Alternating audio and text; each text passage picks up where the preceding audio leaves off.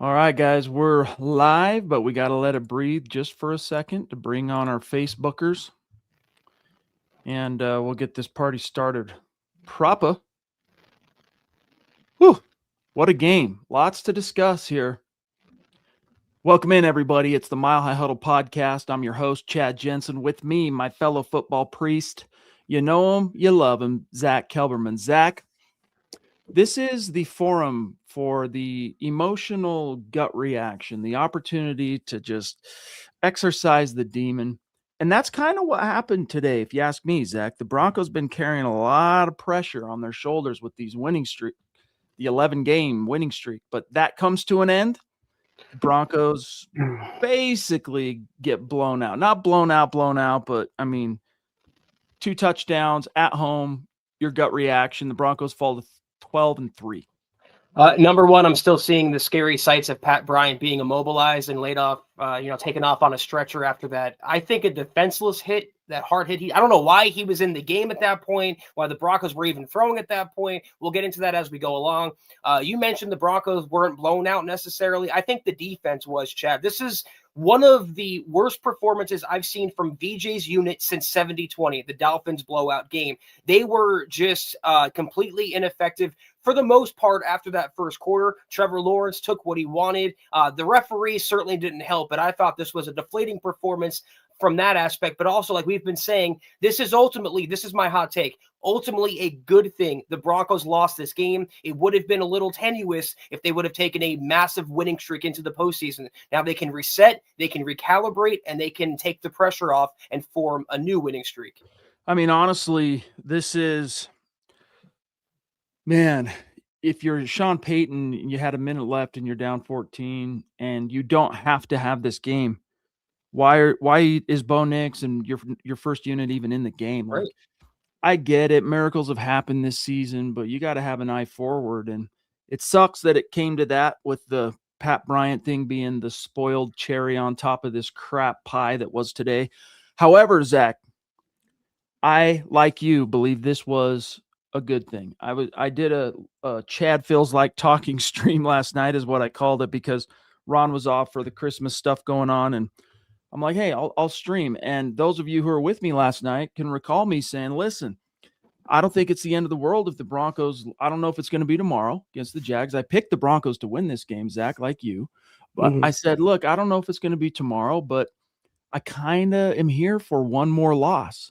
I don't want the pressure of this streak. And it's not just Zack carrying the pressure or the focus being about the streak. It's what it leads to. It can lead to, in any, I guess is what I'm trying to say, is complacency. Start believing your own press clippings, start believing that you're impervious to any and all comers. And so it's good once in a while. I mean, there's a reason why there are 17 games, get clocked in the jaw. Okay, that's right. I guess we can't lose. We're still human. Gives them a chance to reset, reprioritize for the playoffs. But now, because they went into this game, Zack, all they had to do is win 2 of their final 3 to clinch the division and the playoffs. First seed, that is, sorry. And now it's a mandatory. Now you got to beat the Chiefs, and now you probably have to, no matter what, beat the Chargers, although the Chargers do play the Texans next week. I can get over this loss. I think they were due for a loss. They've been scraping by with these wins, these miraculous comebacks, historic wins for weeks and weeks now. What I cannot potentially get over are the effects of this loss, because we talked about Pat Bryant being taken off. We don't know the status of him. Also, Drake Greenlaw, I saw, has a hamstring injury now, Chad. He'll be evaluated after the game. I just hope this one loss doesn't have reverberations into the future. I got to say, Riptide, I was going to say this. This was one of my things I was going to say tonight. Call Simmons, PJ Locke, man, on the wrong end of too many of those big pass plays for the Jaguars today. And look, he's just proven to be, PJ Locke, God bless him. He's proven to be, Zack, a very handy, good to have when you need him, number 3 safety. But when he's asked to be the guy, he's just not there in coverage. He's great near the line of scrimmage. He's great in the box. He's very physical. All that stuff's great. Coverage-wise, Zack, he's always a step or 2 behind. And so, yeah. Now, Simmons, you can't expect Simmons, however, to come in and salve all wounds. And, I mean, we don't even know what kind of playing shape he's actually in. He hasn't played this year. Riptide, again, thank you, bro. Says, I mean, we will beat the Chiefs next week, so I guess it doesn't matter. Still, though, would have liked a win here. I wouldn't just like count it as a win yet. Yeah, you've got both their top two quarterbacks down, but Chiefs would love nothing now that the Broncos kind of got popped in the jaw. The Chiefs would love nothing now more, Zach, than to add one more defeat to the bottom line for the Broncos and really put the onus on that season finale against the Chargers. PJ Locke is a lot like Jarrett Stidham, where you like him in the backup role, but as soon as he has to start, Chad, you see why he's not a full-time starter. I don't know that it wouldn't have mattered if, they had Steve Atwater back there at safety with the way the officiating was going. I thought PJ Locke was on the wrong side. They should have called OPI on the touchdown pass that he let up, but I don't know that Simmons is the answer either. I think when the entire defense breaks down, it trickles to the secondary, but up front, beyond the first quarter or some plays here and there, they just weren't effective enough to their usual elite standard against the Jaguars today. Yeah. Weird game. But look, if it's easy to kind of look past some of this stuff, what I'm about to say, amidst like the feeling of a fan base and the press too, for that matter, that this team's untouchable. Like they'll just find a way. They keep winning. I mean, 11 games, guys. There's 3 teams in the history of the Broncos, we'll call it in the Super Bowl era, that have double-digit winning streaks. 2 of them went to, I shouldn't say 2 of them. One of them was the world champ 98 Broncos, 13. We know what happened in 2012 with the Broncos that won 11, this game. But still, Zach, 11 games, you look past some of the warts. One of the big warts, I'm sorry, the coverage side of things of this defense. They're still mostly doing a good job stopping the run, Zach, but the coverage side of things has been really leaky since right before the bye. It was that game against the Chiefs. It started showing out. Then they go into the bye. They come out. That Washington game, it was getting really sketchy. The Broncos, we all know, are frankly very lucky that they didn't lose that game. They came out on top because of an awesome tip pass clutch in overtime, etc. But each and every game since then, this defense is not playing at the same level. And then you remove one of the crucial starters in the last line of defense guy on the back end in Brandon Jones, and this is what you get. David Youngkin, bro, good to see you. Thank you for the super chat and being a dear member. He says, the Broncos defense, Zach, now I'm serving it to you, got exposed in the Commanders game, and it shows. I don't care about the 60-plus sacks when our defense is not consistent. BJ got out-coached, and Sean is not the smartest man in the room. David, all fair points. That was the eye-opening game for me as well, the Commanders game. That is when they had a game plan, Cliff Kingsbury and Marcus Mariota, where there's quick passes to neutralize the Broncos pass rush, and they took whatever they wanted. And everything since then has been kind of a downhill slope. But that's VJ, and that's something that's been forgotten with how well the Broncos defense has played. VJ is still an imperfect coordinator. And if you listen to this podcast long enough, I've been saying it. That's the wrap on VJ. The defense is elite until it's not. And too often than we would like against elite opponents or in crunch time, they wither down. We have to see more consistency, David. You're 100% right.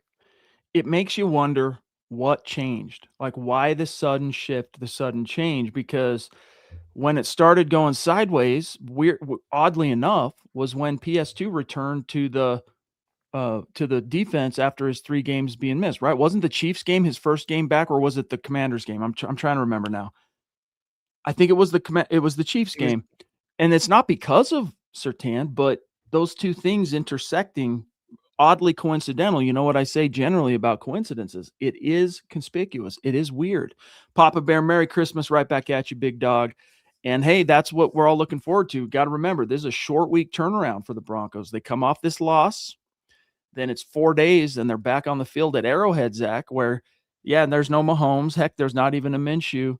But the Broncos have not won on that field since week 2 of the 2015 season. Taylor, bad loss, fellas. We have to win out at this point. We do if we want the home field and we want the division. I don't see any reason why a pissed-off Broncos team shouldn't take out all their frustrations on Kansas City next week. I don't care what quarterback is back there. The Broncos should win that game handily. Taylor, it's going to come down to Week 18, as we thought it might. Ideally, we wanted Denver to be resting their starters with the number 1 seed locked up for that Week 18 game, but it's not going to happen. It's going to be a dogfight, and it's going to be very interesting to see how the playoff seeding shakes out over the last couple weeks. Ted Wunderlich, a dear member, a superstar, jumping in to say next 2 just became must win. No matter what New England does tonight, didn't help didn't get any help with Buffalo or the Chargers. Hashtag MHH for life, back to work. Yeah. And it's just a good reminder that this team is human. Like, even the 98 Broncos needed that reminder, guys. And certainly the 2012 Broncos, they could have used it, but their reminder came in the playoffs in single elimination. So you'd rather see it now, is my point. So wake up. Sean Payton, he likes to say we're going to play in bigger games than this one. Well, guess what? Each of these next two games are absolutely massive if you're going to accomplish the number one goal, which is winning the division, and then the number two goal of home field advantage throughout the playoffs. Tsunami of love in the house. Good to see you. Thank you for the support. An embarrassing performance by the whole team. Waiting until game 16, week 17, against a team that has our number, the Chargers, is stupid. I'm pissed. F this. Go Broncos. Yeah, it's kind of weird, Zach. All of a sudden, the sting of losing, and it brings back all the old feelings, right? I mean, we all know what it feels like. We went through 8 long years of this being the status quo, but I wouldn't get too down on it, Tsunami. I wouldn't get too down on it because this is a different team. It's already shown you its character. This isn't, in my opinion, Zach, like a 2008 Broncos team that just needed to win one of its final 3 to win the division. They lose all 3 and miss the playoffs. This isn't the 2011 Broncos, who, granted, did win the division, granted, did win a playoff game, but all they had to do was win one of their final 3 to control their fate. They ended up losing all of their final 3 with Tim Tebow, but because the division was so bad that year, they backed into the playoffs completely. I don't see it going that way, but the Broncos, hopefully it was the wake-up call. Let this serve them somehow. Yeah, Tsunami. I'm old enough to remember 70-20. I'm old enough to remember the 12-9 loss to the Colts on Thursday Night Football. I'm old enough to remember the Broncos getting blown out by the Rams on Christmas Eve and getting roasted by SpongeBob SquarePants and Patrick Starr. Those were embarrassing losses. This was a hard-fought loss. It happens. Even the 2000 Ravens lost games. Even the 2007 Patriots, they lost their final game. You have a bad day at the office. This will make the team better. I believe that. Chad believes that because they can rally behind it now. They're not going to get too high on their own supply, so to speak, and it's going to ground them and humble them that they need to be going into the postseason. I mean, this Jags defense was legit, man. What I did not see, I'll be honest. I mean, I knew there was some leakage on the defensive side, right? Like, this has not been a secret to those of you who read the articles at MHH and listen to the podcast.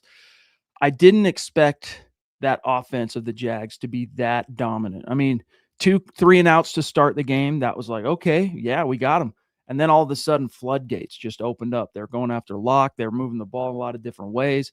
And it quickly felt like it spun out of control. But the Broncos answer, Zach, they come out of the half. They get that scoring touchdown drive with RJ doing his thing, another big, long touchdown run, his 3rd longest touchdown of the season, believe it or not. It was a 38-yarder. No, 2nd longest touchdown, 3rd longest run for him this season. But I digress. Where it went wrong for me, Zach, wasn't the fumble. That was like the second dagger. Where it really went wrong was the Broncos are moving the ball. They get a stop on that next possession. They're moving the ball. They get a new set of downs. First down, Sean Payton tries the trick play. They just have not worked at all this season. Sets them back 2nd and 10. They don't come out of it, and they got a punt. And then the Jags went down, scored, and you're going, oh, man, this is getting out of control. Tsunami, thank you again for the support. Really appreciate you, my friend. And then was it Fox family.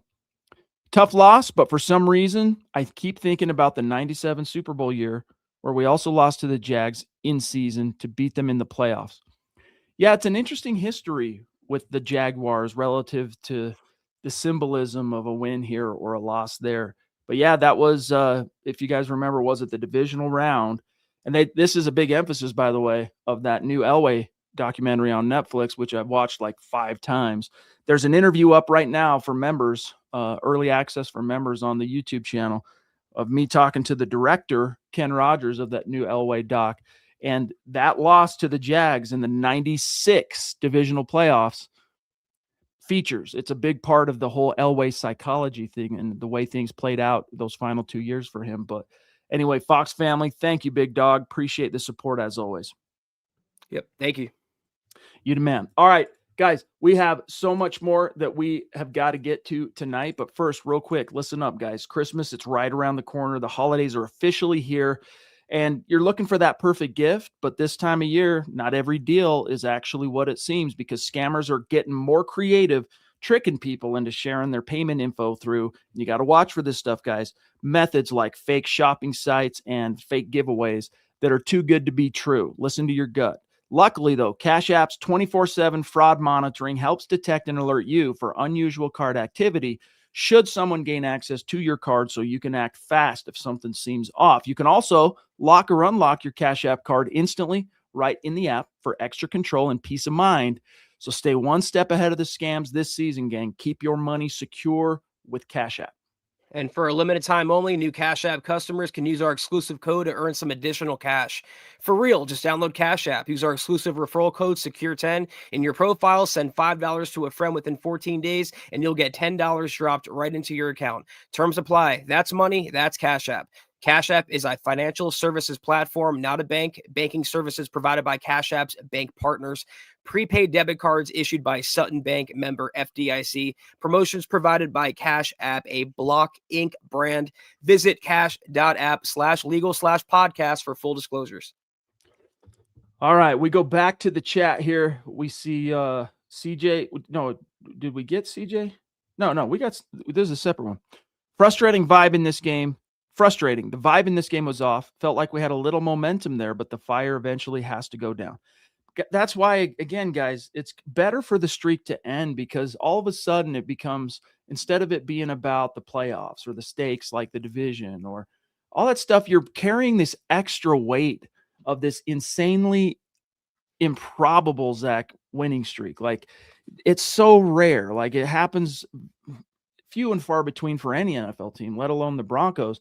So in my opinion, that is the silver lining here. And I sketched at it last night again, but giving up the ghost on the winning streak allows the Broncos that reality check and also the opportunity, Zach, to kind of give up the ghost on that, reset, refocus, reprioritize, and take care of business in these final two. I feel like superstitious people will see this point of view and non-superstitious people won't see it for what it is, which is actually a good thing. It sucks that they lost. It sucks in which the manner that they lost, but it's good ultimately that they dropped a game because, like we've been talking about, for every single victory gut reaction, you're wondering how much the Broncos can push their luck, how long before they lose, because it's bound to happen eventually. They were not going to win out, and I would rather them lose a game on December 21st than January 21st. Put it that way. Well said. Denver Broncos for life, 89 checking in. I'm still getting used to, like, every time YouTube, Zach goes back and forth with displaying the account name, then it goes to the handle, then it goes back to the name. Just when I start getting to know who the handles are, then it'll switch back to the names and vice versa. So anyway, Denver Broncos for life in the house. Thank you, pal. Want to invite you, become a member. We need you in the inner sanctum, my friend. Terrible defense, worse offense. Can't play like that and expect to win. That was Pee-wee football. Embarrassing, awful. Sean sucked. VJ sucked. I don't know if he said sucked enough. Well said, though. We can't really punctuate that with anything further. Boogmeister, a dear member, checking in, a bona fide superstar, saying, "Oh, big dogs, we needed that smack in the mouth before the playoffs. But my goodness, this was a nasty-looking team. Took my take, Chad. Bring in Simmons with Huff. I like it. Honestly, guys, I'm there for it, but I don't see it happening. Like, I think they should, Zach, but I don't see it happening." I know you're not saying it, Boogie, but I've seen a couple comments now, embarrassing and awful loss and this and that. I don't think the offense was that embarrassing. I don't think they were that awful. They moved the ball. They didn't convert in the red zone in certain opportunities. They had some bad penalties, but RJ Harvey was impressive. Cortland Sutton made a bunch of big catches. Bo Nix made some big throws. The defense was a letdown far and away, but I thought the offense wasn't the worst we've ever seen. Oh, not by far. I mean, the killer tonight with the 2 turnovers, right? But you take the 2 turnovers, set them aside for just a second, and look at this from the box score. The Broncos outgained the Jaguars by 100 yards, 445 yards to 346 in total net yards. The Broncos exceeded on the ground what the Jags give up per game, which was something like 83, 84 rushing yards. They finished the Broncos with 101. The Jags only had 81. So it wasn't that the Broncos did a good job defensively of stopping the run, holding them to relatively paltry numbers on the ground, Zach. The killer, here's where it starts to differentiate. On the passing side of things, the Broncos gave up 265. And you got to remember, too, in the fourth quarter, Jaguars kind of took their foot off the gas a little bit. Like they were just kind of like, okay, let's play let's kind of play keep away as long as we can and then kick the ball back because their defense was playing so well. But Zach, 445, that's total yards. The other killer for the Broncos today, they were only 5 of 14 on third down, whereas defensively, they gave up 8 conversions, Zach, on 15 attempts. That's a 53% conversion rate. And then the additional dagger sunk right in the sternum was they were 4 for 5 in the red zone. They gave up basically 80% conversion rate when the Jaguars got inside the 20. Yeah, again, the defense, no doubt about it. They were pretty poor today. The offense, I have seen much worse from Bo Nix and from the Broncos over the last 10 years. Absolutely. Thank you, Chris. Wait a minute here, Chris. I thought that the formula is only based on victories. I'm not complaining. You know that, bro. Thank you, Chris. But, dude, I love you, buddy. Thank you so much for the insanely generous support. And it was good chopping it up with you in the open thread today on Discord. That was a fun conversation. Those of you who were in there, Chris was in there. A lot of you guys were in there. It was fun. So, guys, it's free to join. It doesn't cost you anything. And it's kind of like, if you've never done Discord, and guys, I'm new to Discord. I've only seriously been on Discord since we announced the MHH server. So less than a week ago. That's how long I've been on Discord. But it's basically like an old school message board. If you guys remember what it was like to have message board communities back in the day, but just with a more modern kind of technology. But Chris, brother, love you. Here's his gut reaction equation. 12 wins, so it's a $240 super chat. So generous, bro.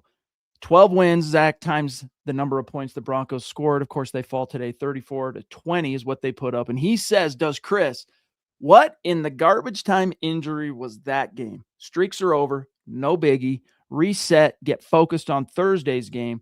Go Broncos. Click those little thumbs up, dude. Thank you, Chris. Love you, big dog. OG.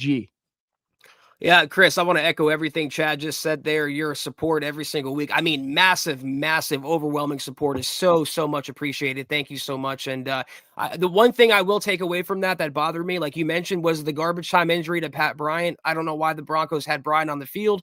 I don't know why the Broncos were throwing the ball in that situation. That's something Sean Payton will have to answer for. I'm also concerned with Dre Greenlaw suffering a hamstring injury now. We all know those could linger. He's coming off some soft tissue stuff as well. It was an infuriating game, but like you said, it's no big deal because the Broncos are about to form a new winning streak. Thank you so much again for the generosity.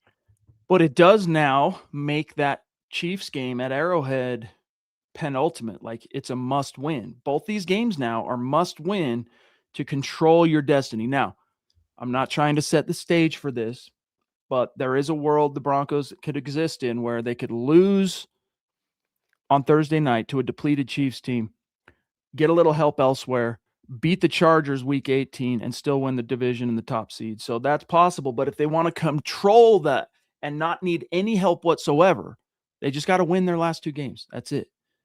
So anyway, Scott, whatever that last one was right before Chris, I didn't see it. I think I was off screen and then I popped on. So, okay, yeah, becomes a member. Stoked Broncos for life, 89. Thank you, pal. Shout out again, Chris. Love you, buddy.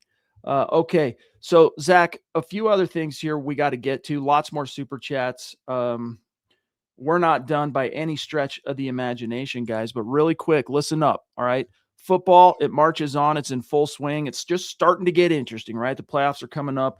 Underdog is the best place to get in on all the action. Get off the bench, into the game, head over to Underdog, download the app, and it's football, could be basketball, could be hockey, any sport in between.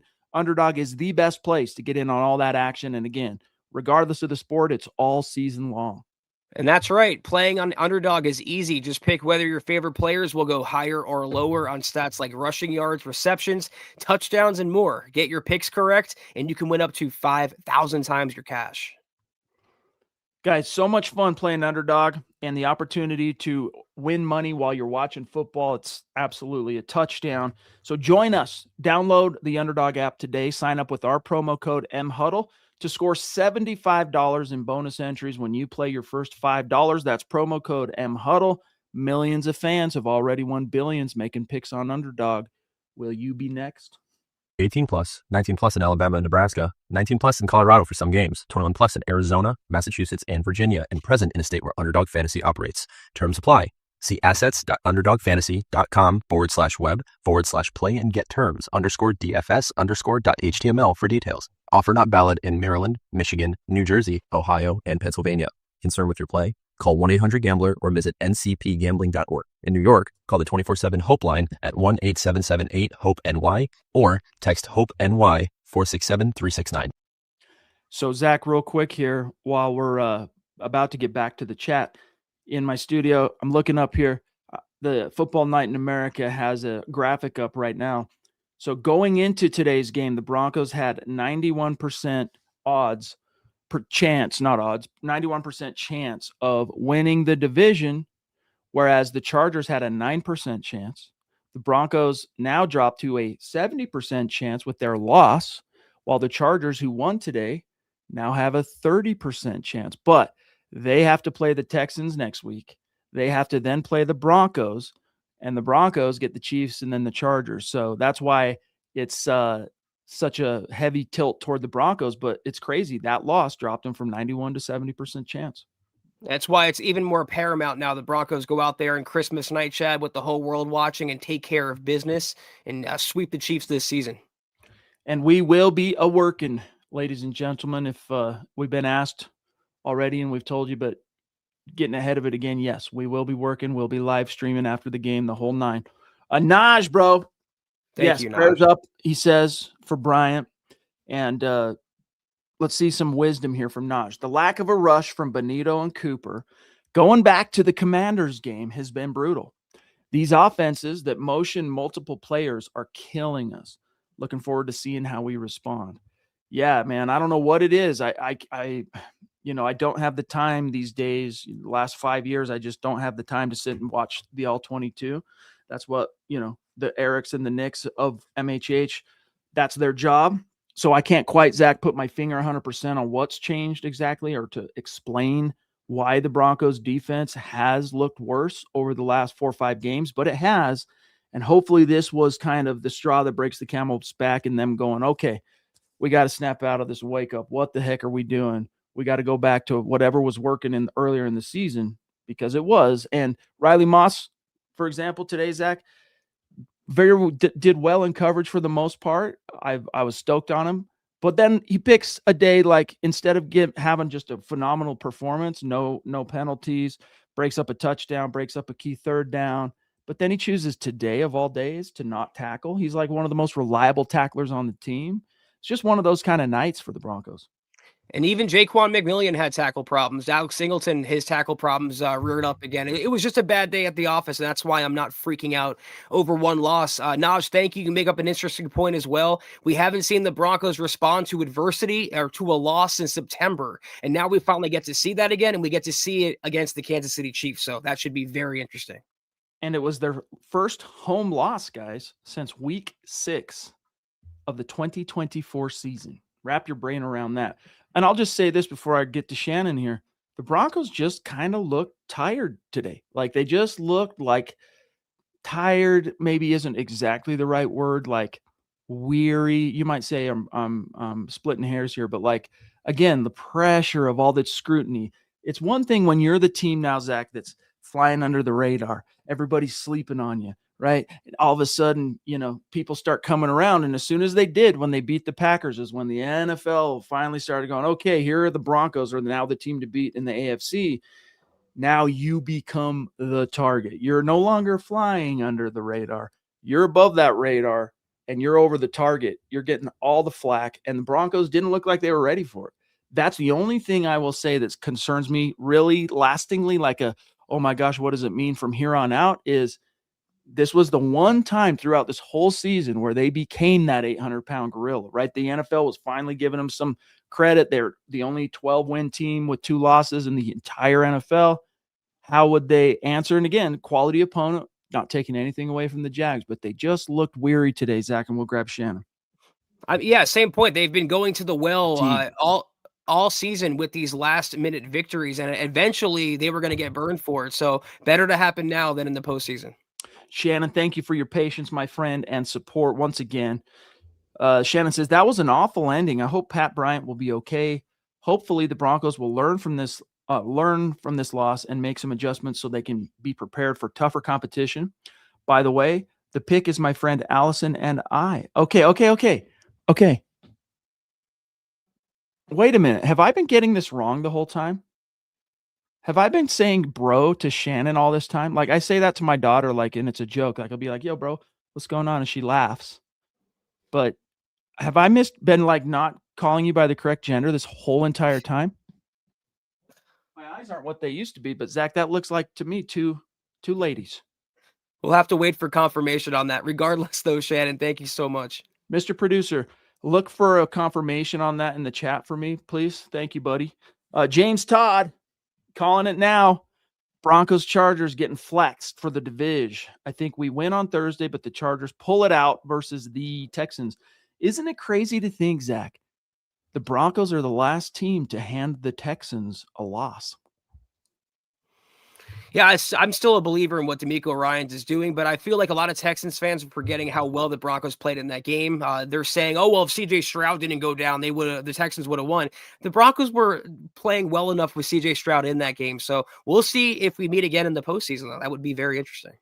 Not only that, but I would argue that Davis Mills came in and upgraded that team in that moment. I'm not saying he's a better quarterback than CJ Stroud, but the offense played better with him as their quarterback in that particular game than it did with Stroud, for what it's worth. So, okay, 100% Scott on that, 100%. Okay, 2 girls. Shannon, I'm so sorry. George Fox, there was too many penalties, but several that were not called. We've got to do better. Broncos for life, MHH for life. Hit the thumbs up, guys. Yeah, I mean, just in the first quarter alone, Zach, you had 2 false starts on the offensive line. It's like, come on, guys. I mean, it's one thing if we're sitting here, Zach, agonizing over what we see as BS, like judgment calls by the officials, or no call here or bad call there. But when you're the one jumping early, like that's on you. And again, it goes back to the fatigued thing. Like that's the word. Thank you, Scott. It's, not so much tired. You might look at it and go, you're splitting hairs. It's like a fatigue thing. And I think a big part of that isn't just, Zach, that here we are, there's only 2 games left. This was the third to last game of the entire season. That's part of it. Yeah. But I do think a lot of it had to do with carrying the weight of that winning streak. And then all of a sudden the realization, you've been that team everybody slept on. You've been that team nobody would give credit to. All of a sudden, in the wake of that Packers deal last week, the NFL starts coming around to celebrating the Broncos as a juggernaut, and you withered under that pressure. So let's rebound, let's reset, and move forward. If you've been tuning into the game previews on Thursdays, the head-to-heads, I've been saying, Chad's been saying as well, that the Broncos have to cut down on the penalties. They've been in the red for way too long, and whether it's ticky-tack or not, I understand that some players get called for penalties that they shouldn't be called for. They are still being called for them, and it's still a continuing theme throughout the entire season, averaging 8, 9, 10 flags a game. That cannot continue going into the postseason. Wilder David in the hizzy rocking his vintage MHH t-shirt. Purchased from the merch store, mhhmerch.com. Thank you for being that OG superstar and dear member. He says, someone pointed out to me that Bryant was a defenseless player on that play that injured him. Not a clean hit in that case. I pray Bryant will be okay. I mean, yeah, it's kind of weird they picked up the flag, dude. I mean, it was not helmet to helmet, but it did fall cleanly under the definition of defenseless player. So that was kind of weird. Why did they pick up the flag? I mean, I don't know. That was bizarre. That was a makeup call for that ridiculous penalty they called on Jacksonville for the same thing, a defenseless hit on a defenseless player. The referees, once again, Chad, were way too involved in this game on both sides, to be fair. The 2 most penalized teams in the NFL. And turns out the most penalized came out on top today, interestingly enough. David Wilder, thank you, buddy. We also have here Mazaby in the house. Maisie. We're just Maisie from Oz. I guess the Jags are legit. That was being outplayed both sides. Any positives you can take? Yeah, they're definitely positives. Like I was saying, Zach, in the halftime stream, we go live, Zach and I, most of you know this, but for those who are new, we go live for the 10, 12 minutes, whatever it is, at halftime, just to kind of react to what we've seen and preview what we expect to see in the second half. And Zach, one of the things I recall saying only an hour and a half ago or so was, man, this run game just sucks, dude. It's just bad. You're just not seeing anything move. Again, yeah, it's the number one rushing defense and all that stuff. And then what happens second half? RJ busts one from 38 yards, touchdown. So there's plenty of positives to take away, including, again, guys, the Broncos were moving the ball. Bo finished with 352 yards. And believe it or not, most of that yardage came before the fourth quarter. He was at like 252 or 250 something when the fourth quarter started. And yeah, he had some yardage he picked up in garbage time, but he finished with 352, 1 touchdown, Zach, 1 pick, and then also that lost fumble. When it comes down to those read option gives with the running back, if the ball goes on the ground, it's the quarterback's fault. Positives are the Broncos got a loss out of the way, and it's still the regular season, not the postseason. Another one I think overlooked was Bo came out of one hit he took, Chad, and the commentators actually talked about it. He walked away from a really awkward-looking hit around his knees or a lower-looking hit, and I thought, even said to myself, whoa, hope he's okay. So I know Greenlaw being hurt and Pat Bryant being stretchered off, that sucks, but fortunately, Bo had a good game, and he walked out of it unscathed. And also, Cortland Sutton, he's a heck of a lot closer to getting that 1,000 yards for what it's worth. He went into this game with, he went into this game with 886 yards. So today he finished with 86. So he's basically 30 yards away from a 1,000-yard season. So that would be his first back-to-back 1,000-yard seasons if he can get there. So he will, but that's a positive. I liked that Powers was back. I don't know exactly, Zach, what his pitch count was, but there was plenty of positives to take. It's not like the Broncos got utterly, completely dominated. The offense probably finds a way, Zach, to get back into this game, and it comes down to the final possession if they don't turn it over those 2 times. Seriously, that's probably the difference in this game. Noah Moctezuma, necessary loss, a good wake-up call to make the adjustments that are very necessary. Time to wake up, exactly. That is the silver lining. And I was kind of, I felt a little bit torn, Zach, talking about it last night. And again, in full transparency, I didn't foresee it being this game. I mean, I'm fully aware any given Sunday and all that. But as you guys know, I picked the Broncos to win this game against the Jags. But even last night, I'm like, hey, man, wouldn't be the worst thing if they lose one more just to give up the ghost, reality check them, get rid of this whole winning streak pressure thing. They've already shown that they're high achievers in the history books and all that stuff. Now let's focus on the playoffs. Here we are, Zach. Yeah, we got Ren, $20 super. Thank you so much, Ren. That was an ugly loss. All aspects of that game were horrible. Nick's leading Brian into that hit and just not looking that good. And the defense has looked horrible last 3 weeks. They can't tackle. Yeah, and thank you, Ren. That's the VJ special. It seems like in the second half of seasons, you see somewhat of a downturn. The missed tackles today were horrible. The pass coverage for the most part today was pretty bad. Again, it looked like one of a top 5 worst performance in the VJ era post 70-20. Fortunately, they have 2 more weeks in the regular season where they can course correct and make the necessary adjustments. I agree with you, though. I don't know why they were throwing. I don't know why Pat Bryant was in the game. Fortunately, though, I think Sean Payton said, Chad, that he has movement in all his extremities. So thank God for that. Yeah, probably just an abundance of caution. You saw his neck. It was like being in a freaking car accident. The angle, like he's running as fast as he can. Imagine running as fast as you can, and then you just not just only are stopped on a dime, but are stopped by an equal and opposite force. It's that whiplash effect, like you saw it from his neck, man. That's what was scary. And that's why they probably took the cart him off approach. Hopefully everything's good. Keep your prayers up for Pat Bryant. Henry in the house. Good to see you. Welcome. Thank you for the super chat saying that defense isn't playing that good. And maybe we should stop talking about Super Bowls and bringing a parade to Denver and focus on the team in front of you, like small market teams. Yeah, what was that about, Zach? Did you catch that comment from Sean Payton earlier this week where he talked about, he was asked something about the Jags? That there'll be bigger games in front of us? Yeah, not that. He says that every week. He made some comment mention of small market. Yeah, small market team. It's like, yeah, that they are one of the smallest market teams in the NFL, Zach, but Denver is not major market. It's not New York. It's not Chicago. It's not LA. So it just kind of felt like snooty. I don't know how to explain it. And it seemed unnecessary. Like, why are you even saying that, dude? Why are you giving them anything? Small market. I mean, I don't know what it was exactly trying to say either. Like, pretty good, Zach, at deciphering the meaning of things that are said. In this context, it was really weird. It kind of came out of nowhere, and it wasn't clear exactly what he was trying to say. But to Henry's point here, I mean, I won't say that just because of one loss, we should stop talking about the Super Bowl. I mean, this is a 12-3 team, guys. Like, this is a legit contender.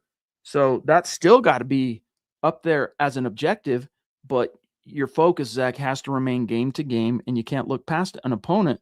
I'm not saying that they did look past the Jags, but it kind of felt like they did a little bit. It's one of those things where if the Broncos win, the comment that Peyton made isn't talked about, but because the Broncos lost, it's going to be magnified now. It's Sean Payton being Sean Payton. That's a good way of putting it. Sean Payton. Yeah, basically he's saying calling them overachievers is what Scott says. Could be. He says, quote, I'd say this. I think this is Sean Payton, what he meant or what he said literally in that small market quote. I'd say this. I think they've won 5 or 6 in a row. ETN, ... They're doing a lot of things really well. They're scoring. Mondays, I look at all the touchdown reels, the touchdown reel from the weekend of games, and there are a ton of good schemes. Liam Cohen came up under Sean McVay, and so there are certain beliefs relative to what you're going to get in the run and the pass game. I think the one thing that stands out, they're plus 90 in the turnover ratio. They're second. It cut off, Scott. I don't know. Anyway, it doesn't matter. Oh, they're second in the league in interceptions. I'm not going to say they've played man-to-man, but there are a lot of snaps like last week where 7 eyes are on the quarterback in their zone coverage. So we have to be on point. They mix it up defensively. They have a really, really talented punter. As you look at them and you watch the tape, here it is. It's a smaller market, but you see a really good team. So what does the market have to do with it? And that's what Scott is kind of thrown in there. He's going just that, hey, they're overachieving relative to their market, I guess. But Mr. J in the hizzy, good to see you, pal. This hurt, he says. I don't know why. I didn't see it coming. The refs were real bad today, but usually we could overcome. It just wasn't our number today, MHH for life. Yeah, I just think they kind of looked tired, weary, whatever you want to call it, fatigued, like they just needed a break, but they've already had their bye, and again, I explained that. I chalk it up to, Zach, the pressure of the winning streak and the pressure, as I already said, of all of a sudden becoming that the team in week 16 with the best record in the NFL, all of a sudden you become the target. Just wasn't their day, Jay. Just wasn't their day. It happens. I mean, did you see how stoked, Zach, the Jaguars on the sideline looked? I mean, of course you're going to be stoked. You're beating a team that's a playoff caliber team, playoffs, all that stuff. But they were stoked to get this win, and they should. They beat the team with the longest active winning streak in the NFL, extended theirs to 6 games. Ernie, sorry to cut you off there, pal. Denver got the ball with roughly 10 minutes left. Bo Nix threw a horrible pick. This loss falls on everyone's shoulders, offense, defense, and coaching. Yeah, that's tend to be how it goes, Ernie. When you lose a game, it's all culprits. It's not just one or the other. I think if you had to choose one, though, the defense to me was a bigger letdown. I just have way higher expectations for how they should perform. And we're not talking about a super elite offense, a Josh Allen, Mahomes when he's healthy. Trevor Lawrence is playing good ball, but he certainly has his warts, and the Broncos made him look like Johnny Unitas out there. Yeah. For the most part. Defense giving up way too much yards, way too much points, and then Bo Nix's 2 turnovers in the second half. That's how you explain what happened today. Like, why did they lose? Defense couldn't stop the Jags when it mattered, and Bo Nix turned it over twice. That's why you lost today. Young Conqueror in the house, sick handle. We have been witnessing typical late season VJ defense. Maybe, I don't know. I mean, there's more to it than that. What is it? I mean, I don't know, guys. I'm running out of air when it comes to trying to understand what's going wrong with this defense after it was on such. I mean, it's still on a historic streak. It still has a shot. They're within spitting distance still, Zach, of the all-time sack record. But who cares? Stop the opponent. Like, that's what I care about. If sacks are a byproduct of that happening, great. Bring them, more the merrier. But at the end of the day, we want them not scoring touchdowns, unlike today. Yeah, I think what VJ does, he throws so many new schemes and looks to open a season. And as the season goes on, the NFL adjusts to his schemes, and it's up to VJ to then counter adjust. And the NFL has adjusted since the Commanders game, and I don't think VJ has yet. Hopefully he will, though, before the playoffs start. Let's face it, guys. The Broncos had the winning streak to try and protect, but when you go, oh, why were they so excited? Was it just because Denver's like at the best? No, I mean, this was a bigger game for Jacksonville than it was Denver. Kind of like what was the game early? It doesn't matter. It doesn't matter. It's kind of beside the point what I was thinking, but that does go a long way toward explaining their energy level and intensity just being at least one notch, if not two notches higher than the Broncos today. Like, they had to have this.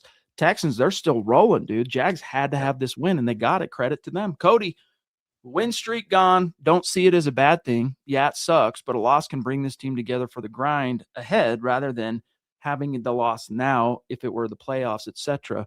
I agree. And he says Harvey played one hell of a game. Good to see. Yeah, for what it's worth, we can go real quick here, Zach, through some studs and duds, or we'll do it before we get out of here. But RJ finished with 50 rush yards on 7 carries. That's a 7.1 yard average. Good to see. Definitely the best he's had post JK going down. And then he also caught 4 passes, Zach, for 71 yards. So he gave you basically 125 yards from scrimmage today, plus his singular touchdown, which gave him 11 total scores for the season and sole possession of the third most touchdowns by a rookie in Broncos history, behind now only Portis and Anderson. He was tied with Phillip Lindsay. So RJ, Zach, you love to see it. Absolutely. Yeah. He set a new receiving single season high record in his rookie year.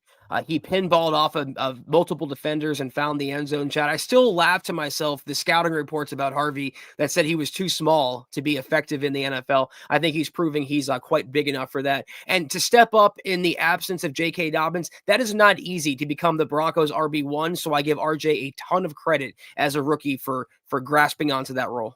Great point about that, the size thing in the scouting report, because boy, oh boy, was he running with some pop today. Like, if you were going to tackle, if you're the guy that tackled Harvey, you paid a price. Like, you love to see that. So, Cody, excellent observation, my brother. And yes, we're right there with you. We love to see it. We'll grab Mike here, and then we'll do some studs and duds before we dip on out. He says, horrible officiating today. Usually the Broncos can overcome these things, but it's very frustrating, and a lack of tackling and a phantom roughing the quarterback. Yeah, that rough on Malcolm Roach, did you see that as a legit foul? It's one of those things like, what's he supposed to do? Like, shift his body weight midair and then land next to the quarterback? It wasn't malicious. I don't think he was intending to rough the passer, but this is football, Chad. And if you showed this play to someone from 15, 20 years ago, they wouldn't believe what they're witnessing. It's I'll say the PG version, the softness of the NFL in full swing. It's becoming almost unwatchable. So I do feel for Malcolm Roach. Yeah, tough trying to put yourself in their shoes, man. Like, you don't necessarily know within those synapses firing, milliseconds of time as you make contact that the ball's gone. You're trying to finish the play. Like, for all you know, he's got the ball. You're trying to, knock it out, whatever. It's tough sitch. But Mike, thanks, buddy. Appreciate you. All right, Zach, real quick here before we dip on out, and we'll take one last look at the chat and all that, but it's studs and duds. You ready? Yeah. All right, here we go. On offense, self-explanatory, RJ Harvey, stud. What about Jaleel today? Zach ran 5 times for 37 yards. He averaged 7.4 yards per carry, and no receptions, but 7.4 yards per carry. The fact that I still see Bidet on the field kind of bothers me. I still think McLaughlin should get more carries. He had, a 19-yard run, you said, and he only had 5 total touches. So stud today for sure. All right, we have Bo Nix. This is an interesting one. 28 of 47, 352 yards, a tutty, a pick, and a lost fumble. This is one of those intermediates where it's neither stud nor dud. I don't know, man. I'm going to say, for the sake of him being the franchise quarterback, Chad, he turned the ball over twice. He only had one touchdown. I'm going to go dud just for being objective. It's got to be a dud. I mean, the offense moved up and down the field, but they didn't score enough. The turnovers were the daggers. I agree, dud. Cortland Sutton, Zach, 6 for 86 and a tutty. Stud. Agreed. Troy Franklin, 4 receptions, 66 yards. And I don't think any drops that I can remember. So stud today for sure. Pat Bryant, 5 for 42. Prayers up for him. Yeah, definitely. His health comes first. I believe he was charged with a drop, Chad, but I'll say stud for PB. Evan Ingram was targeted 4 times, but he only caught 2 for 36. And the chances he was given, I thought he did well. So I'll say stud for him. Mims, same thing, like low usage, thus low production. Three catches, 26 yards, 1 carry, 3 yards. For the opportunities he was given, not sure you could do much more than what he did. Stud. So real quick, defense. Alex Singleton finishes, Zach, leading on the team, 13 combined tackles, but he did have a couple of key missed tackles, one of which led to that huge run that got Etienne down to like the 3 or 4 yard line. What do you say? They're not going to find many studs on defense today. He was a dud, Chad. I don't care about his tackles. He was bad in open field territory. Here's who I'll say were unequivocal studs today. John Franklin Myers. That's true. Finished with 2 sacks. Stud. I would say that I don't know what the pressure numbers are for Zach Allen, so I won't include him, but I liked what I saw from Q Robinson. Also had a key tipped pass. Ellis. But here's who I'll say was not a stud for sure. I wanted it to be Riley Moss, who, by the way, he got a sack today too, Riley Moss. So for what it's worth, I wanted it to be Riley, but he couldn't tackle today. He finished with 6 tackles, but he had some bad missed ones. Jahdae Barron, Zach. Dud. So too many guys on defense. Nick Bonito, dud. Jonathan Cooper, sorry, dud. Like Zach Allen, you guys really didn't impact the game the way you should have. I mean, Franklin Myers, thank God he was getting through. Malcolm Roach got a sack. The Broncos did finish with 5 sacks, which is what I predicted, Zach, but it just came from a lot of weird situations, not the guys you would expect to be getting that production. Excellent point about JFM. Yeah, he was consistent today. He was the only Broncos player who showed up for all 4 quarters. I also like what I saw from Jonah Ellis. You mentioned Q Robinson. Zach Allen had a great hustle play downfield, Chad, against the Jaguars. But like you said, it wasn't enough considering the expectations and also considering what some of these guys are making in a salary basis. It wasn't good enough. All right, guys, we got a few messages for you. Then we're going to take one last look at the chat. So do not dip quite yet. Another tremendous gut reaction, as always, of the Mile High Huddle podcast. If you're not doing so, please follow us on X at the MHH pod. You can follow the main account on X at Mile High Huddle, Chad at Chad and Jensen, myself at Kelberman NFL, and Scott, our producer, at Scout Kennedy. If you guys want some merch like we're rocking each and every single podcast, check out MHHmerch.com and get you some. If you haven't done so yet, please drop us a like at Facebook.com/Mile High Huddle pod. You can find us on Instagram at Mile_High_Huddle. If you're listening on Spotify or Apple Podcasts, make sure you're leaving your football priest a 5-star review for a chance to win some merch each and every single month. But if anything, y'all, please, very important as always that you subscribe, you like, you share this video and every video you see on the MHH channel. It really helps us grow and reach more Broncos fans just like you. All right, guys, just a few quick things from the members, Zach, then we'll dip. David,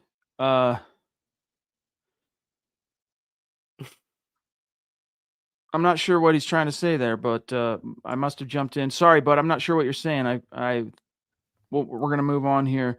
Moo Breezy, I'm not sure what you were saying, but I wanted to get one from David T, who's been going through some crap. And Boogmeister says, hey, Zach, that Chargers game has some meaningful play now. Absolutely, yeah. It's going to be a good one. If nothing else changes, that game can have major implications in Week 18. Christopher says, commenters said it best. We needed a punch in the mouth to see how we respond before the playoffs. I trust our team down the road. William says, I'd rather lose a game 12-3 than be an opposing fan with a worse record on that chat trolling. As long as I'm never that pathetic, I'll sleep good at night. They got to get their wins in where they can. They got to relish these opportunities. Boot Boy, Chaos Josh, a dear member, a bona fide superstar. Irritating that so many wished for a loss before the playoffs. Well, here you go. On to the next one. I don't know. Were people wishing for a loss? Yeah. I don't know about wishing, but Yeah. but let's just hope, Josh, that it can be a silver lining of some sort. Getting clocked in the face, like Mike Tyson said, everybody has a plan until they get punched in the mouth. All right, what's your plan now? Like, do you have a plan now that you got cold clocked and dropped? We'll see. But I think they'll find a way. What I've learned about this team in 2025, Zach, is I do trust it. I trust the Broncos. And part of that trust is I believe they will find a way for this unfortunate setback to serve them with what's left in the season and the playoffs. Yeah, Josh, I would question any Broncos fan that was outright wishing for them to lose this game, but I think a lot of Broncos fans were saying if they lost, it wouldn't be the worst thing in the world. And that's exactly what Chad and I talked about the entire podcast. So I want to see how they respond on Christmas against the Chiefs. Quentin, hey, everybody, absolute terrible tackling, but we can win out. It was a nice win streak. It was a phenomenal, historic win streak. Didn't quite get to the level of the 98 Broncos, who will remain the longest longest winning streak in team history. But they share that distinction now, the 2025 Broncos. They share the second longest with the 2012 squad. So pretty cool. Pearl said, it is what it is. I agree. They needed to come down to earth and get a chip on their shoulder and be hungry. Exactly, guys. So, hey, we'll see how it shakes out from here. But again, I have what this team has shown me in 2025. I trust that they're going to find a way for this loss, this setback, to serve them, because I believe the leadership's there. I believe the coaching is there, and that's how it's going to shake out. But guys, before we dip, a mile-high salute, a special shout-out to all the great Super Chat superstars, supporters, dear members, literally helping us keep the lights on this Christmas season, and most of you all season long, like Riptide, Taylor Christensen, Ted Wunderlich, Tsunami, Fox Family, CJ Invest, David Yunkin, Riptide, I already said. Boogmeister also became a member. Broncos for Life 89 also became a member. Papa Bear, Shannon, appreciate you. James, George, David Wilder, Maisie, Noah, I think is how you say that. Ren, Henry, Mr. J, Naj the legend, Ern. Yep, we did get Ernie Young, Conqueror, Cody Dub, Chris Hernandez with the top super chat of the night. Chris. Love you, bro. Clay Wise. Let's see. Mike Jones, Boot Boy, the Chaos Josh. Love you guys. Thank you so much. So tomorrow, I'm pretty sure Broncos for breakfast on the Bright, but then Zach and I will be back. The only reason I say pretty sure is I'm trying to remember if they changed anything with it being Christmas week, but I'm pretty sure they're going in the morning. And then Zach and I back tomorrow night for the Aftermath episode. Let's keep our fingers crossed and prayers up for Pat Bryant and Dre Greenlaw, guys. We need both those guys for what remains. That's right. We'll have a lot to go over tomorrow night for the Aftermath episode. Have a good rest of your Sunday. We'll see you tomorrow. Take care. And as always, go Broncos.